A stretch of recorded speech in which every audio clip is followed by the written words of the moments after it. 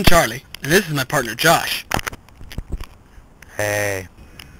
We're going to be taking you on a cosmic time tour of the 80s and 90s, starting with the 80s. I'll be using my homemade time machine to travel back to the 1980s and find someone to help me explain the decade. Goodbye, Josh. Woo! Bon voyage. See you in the future. Oh, it's quite early in here.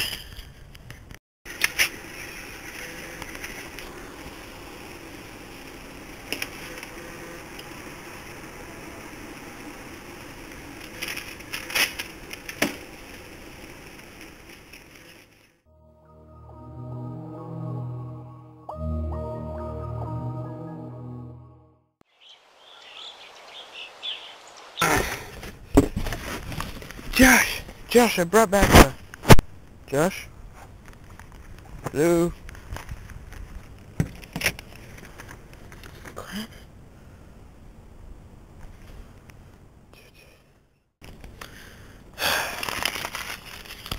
Anyway, I brought back... Come out. Brought back Bob Pickle. Party like it's 1985! Woo! To start off the 1980s, we're gonna go over economics. Aw, man, that's boring. Quiet, Bob.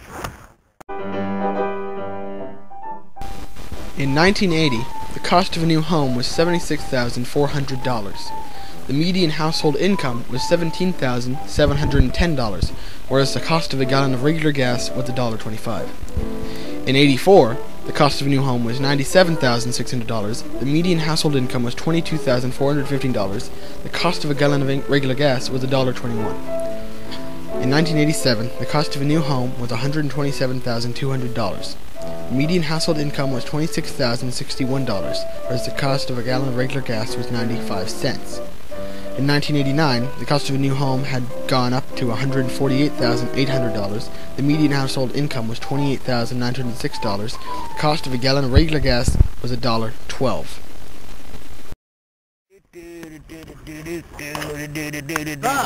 Oh, sorry, I wasn't paying attention. Alright, now we're doing politics. Yeah, that's right. Politics.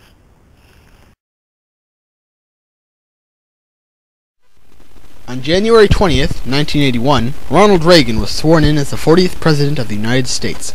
Reagan enacted many policies during his presidency, such as the war on drugs, and had a number of scandals, such as the Iran-Contra affair, in which Reagan was held unaccountable for the actions of certain members of his administration.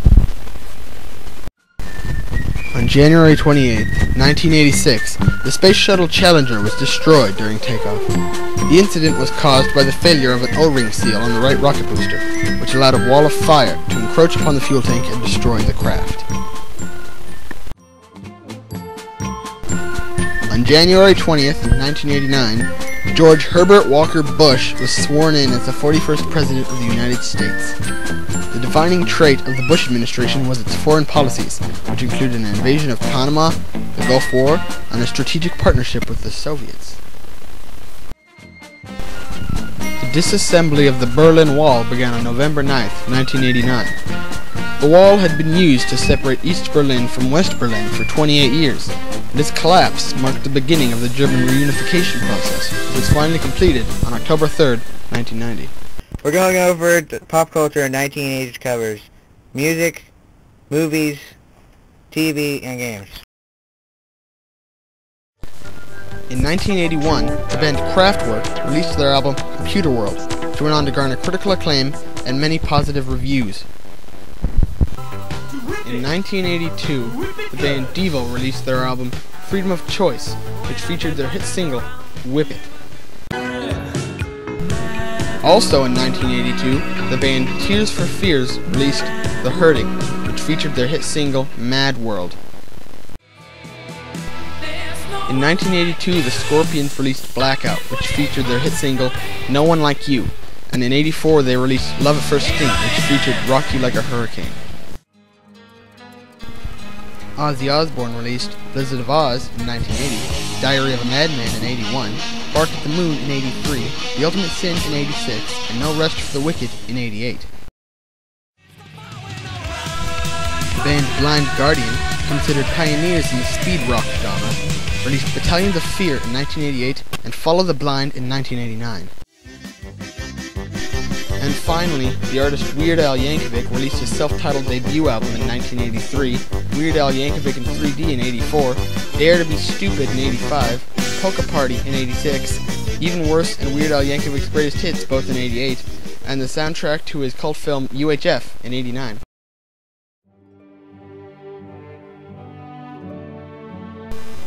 Okay, in 1980, George Lucas released The Empire Strikes Back, and in 83 he released Return of the Jedi, the last two films in the Star Wars trilogy. Steven Spielberg released Raiders of the Lost Ark in 1981, Indiana Jones and the Temple of Doom in 84, and Indiana Jones and the Last Crusade in 89. In 1984, David Lynch released his adaptation of Frank Herbert's Dune. Also in 84, Ivan Reitman released Ghostbusters 1, and in 89 he released Ghostbusters 2. In 84, Joe Dante released Gremlins. Robert Zemeckis released Back to the Future 1 and 2 in 85 and 89 respectively. And in 1989, Weird Al Yankovic released his cult film UHF. And for TV, Magnum P.I. was released in 1980, Cheers first aired in 82, Night Court in 84, MacGyver in 85, Murphy Brown in 88, and The Simpsons in the very end of 89. I'm a little teapot, short and stout. Here is my handle, here is my spout. When I get all steamed up, hear me shout. Stop. Tip Alright, stop, me stop, stop. Stop here. Just take this money and stop annoying me. Oh wow, this should buy me an ounce Bob! of Skittles. Sheesh.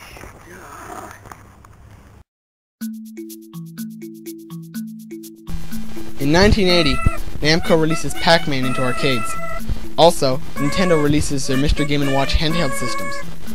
In 1981, both Frogger and Galaga are released into arcades along with Donkey Kong. In 1983, the original Mario Brothers is released into arcades. In 1984, Duck Hunt, Balloon Fight are launch titles for the new NES system, and in 85, the original Super Mario Brothers is released. Also in 85, the original NES accessory Rob is released. In 1986, the ever-popular Metroid series is started, along with Castlevania. And in 1987, the cult classic Kid Icarus is released, along with The Legend of Zelda. Well, that's about it for Oh, 1980. I'm gonna sing a song. But, no! A two. 1, 2, 3, 4. And that's all the time we have for the You 1980s. can't do it. No! Fine. We'll see you next time, Bob. Badass. I hate you.